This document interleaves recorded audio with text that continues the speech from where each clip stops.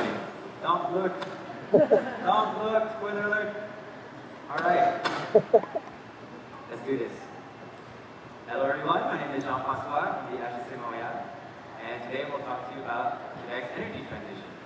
And the key question that drove my project was, are social innovation and biogas the keys to unlocking Quebec's energy transition? Let's begin.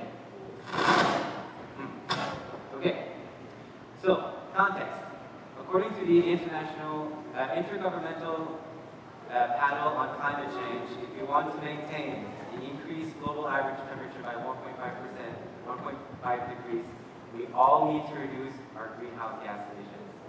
Now, Quebec, being the third highest energy consumer per capita in the world, there's certainly something we can do there. So I broke down our energy consumption sources, and it happens to be that 15% of our energy consumption is from natural gas.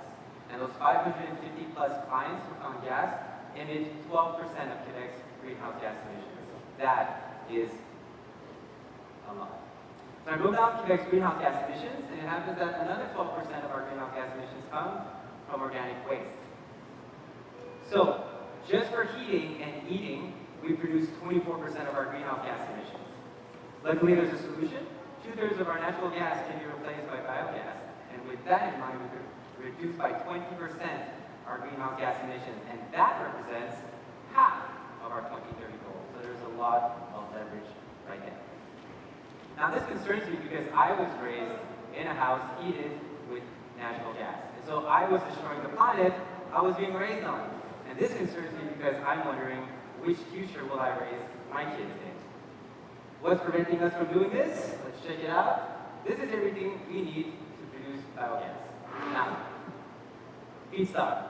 We are just not collecting enough feedstock because people are not properly disposing of their organic waste.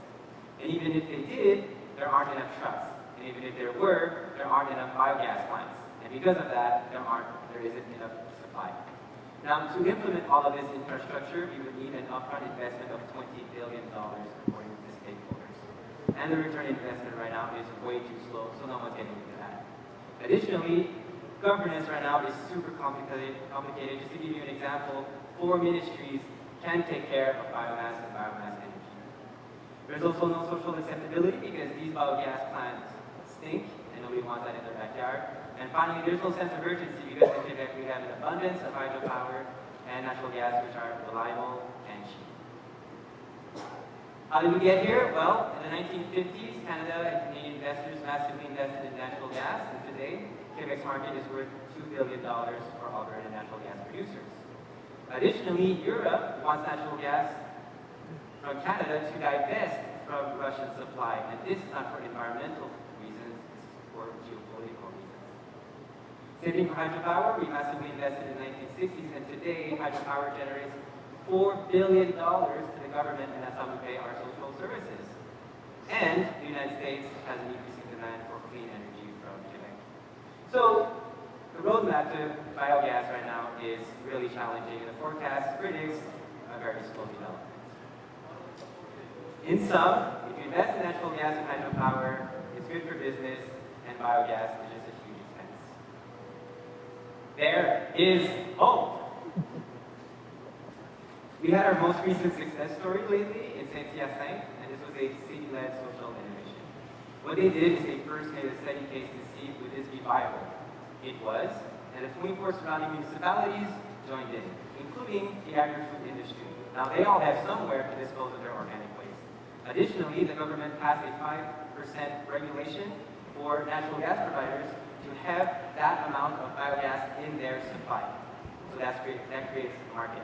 And to have access to that biogas, one utility offered a 20-year guaranteed fixed purchase price for that infrastructure, and therefore the return on investment is much higher. And with that in mind, the provincial and federal government finally funded the project.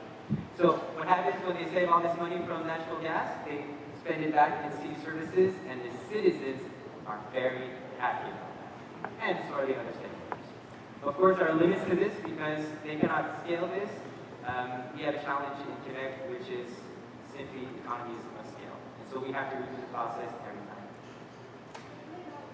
Let's cross the Atlantic for a moment. I chose Germany as another solution landscape to look at because they are right now leaders in the energy transition worldwide. And although certain things don't concern Quebec, we do have the jurisdictions to do some of these things. So to begin with, Germany invests in a think tank that removes stakeholders from all across the board, and they write policies that are much more efficient to accelerate the energy transition once they are voted in. At a federal level, they passed laws which made renewable energy more competitive and actually more profitable than fossil fuels. On a state level, the same example of Hessen, what they did is that they separated the Minister of Energy in two. And the part which is responsible for biomass energy was joined with the Minister of Agriculture, Climate Change, Environment, and Citizen Protection. So as you can see, they harmonized all these challenges around the same table with the same people and the same policies and the same budget, making that team a lot more efficient. And at a city level, while the city owns these infrastructures, and so do the citizens, and now they have become energy positive citizens, which means not only they don't pay anymore to have energy, but they can also sell their energy. So everyone really is hopping on board with the energy transition because they are really gaining something out of this. Of course, there are limits. There is a limit in terms of how much crops you can grow for energy, because there is a mild social acceptability for biogas, because a lot of people think that we should grow crops for food. And additionally, this contract of the 20-year guaranteed price purchase, when it will end, biogas will no longer be profitable, and therefore, people are just going to go back to growing crops. And so everyone is pretty much aware that biogas is a bridge energy. Since then, they've developed 9,500 biogas plants, which accounts for 10% of their energy consumption. And in 2014, for the first time in a very long time, they had their first energy price reduction. So a lot of that we can do, but there are gaps in our solution landscape. I identified the three major gaps, which also happens to be the three main leverages. Let's check them out.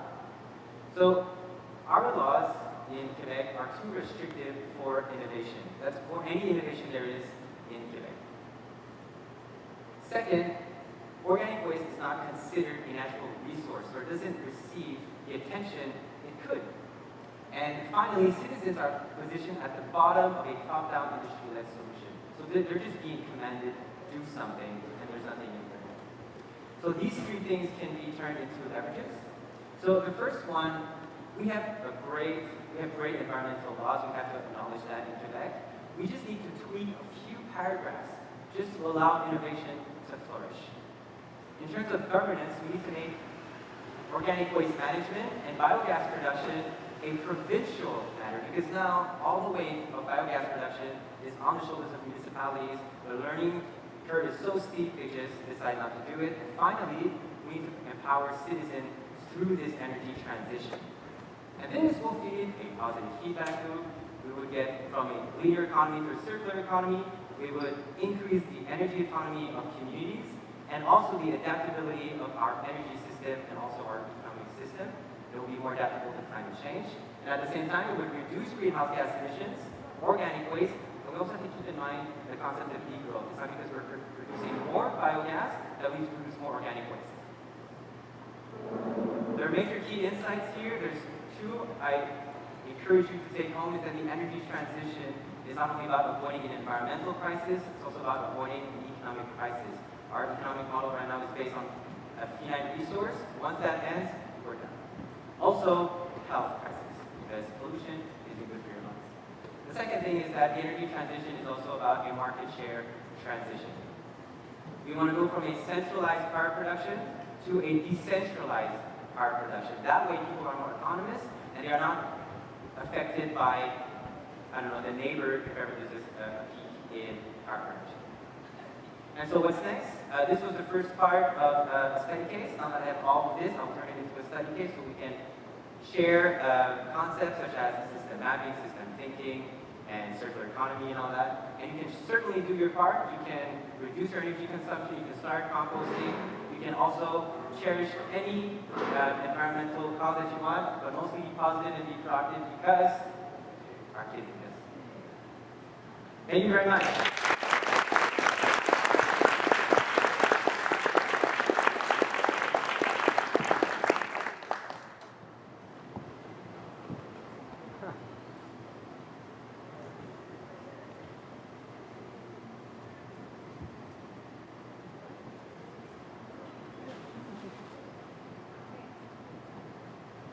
Hello?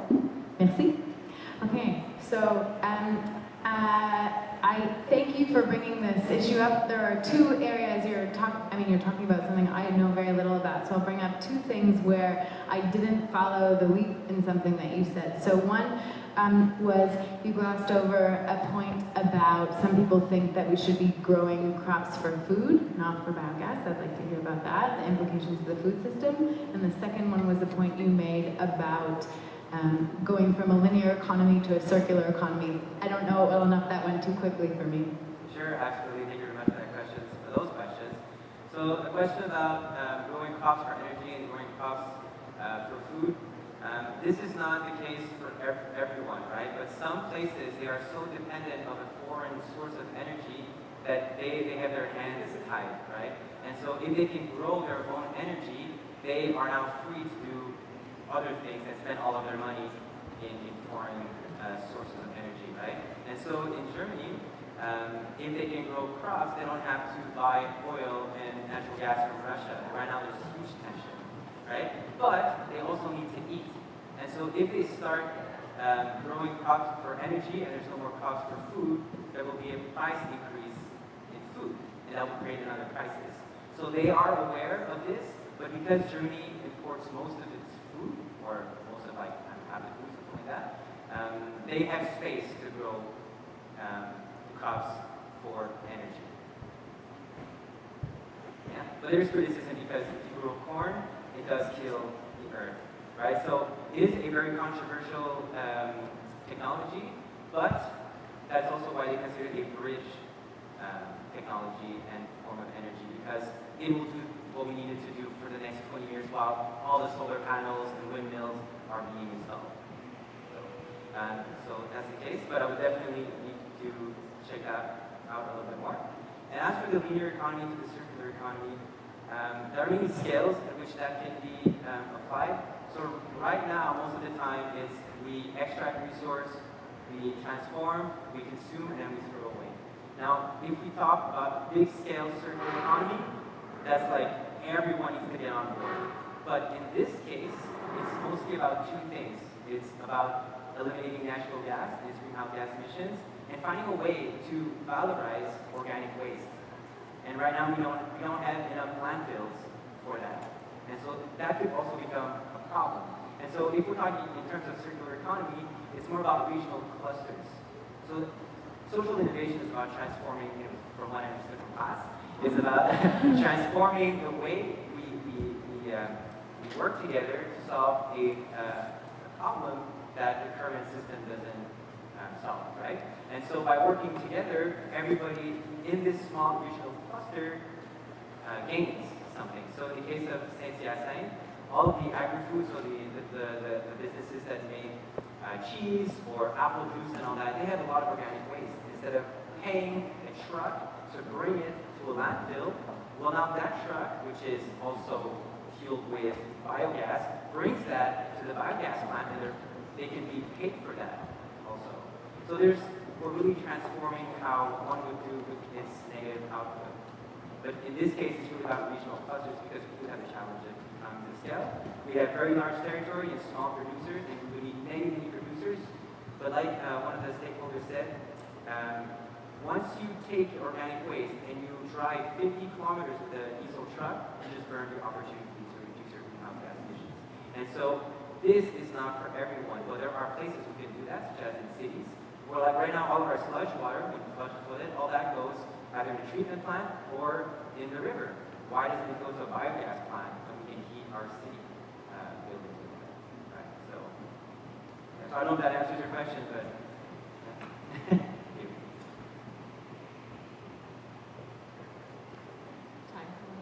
we don't have time for more questions. So can we have one more round of applause, please?